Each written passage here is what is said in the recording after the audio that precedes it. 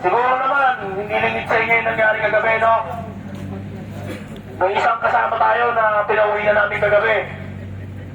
No, mga kasama. Isa lang, no, mga kasama, ang ano sa inyo. Si Foreman Mira. Isa siya sa may karapatang manita sa inyo sa oras na may ginagawa kayong mali o dumadaan kayo dyan sa oras ng trabaho.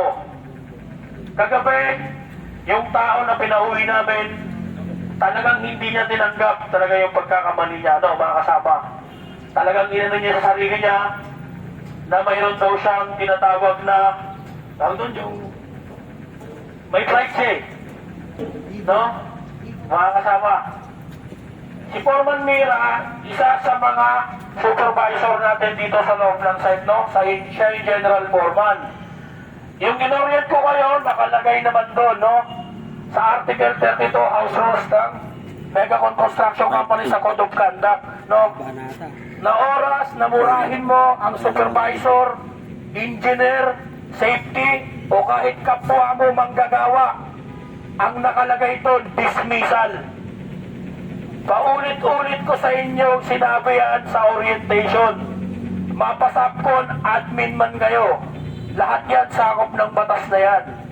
Mga kasama, lagi kong sinasabi, pag may problema kayo, nasa opisina lang ako, kausapin nyo ko, ipapatawag natin yung tao. Hindi kagabi kasi yung ginawa niya, o parang kung isaan niya, pero pagdating niya ng barracks, doon siya nagwala. No? Doon siya nagmura.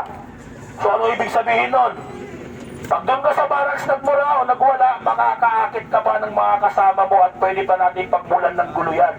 At lalo pang lumaki. No, mga kasama, papaalala ko lang, no, ang pwede lang pong mag-stay dito sa aming project ay yung magtatrabaho lang. Yung hindi po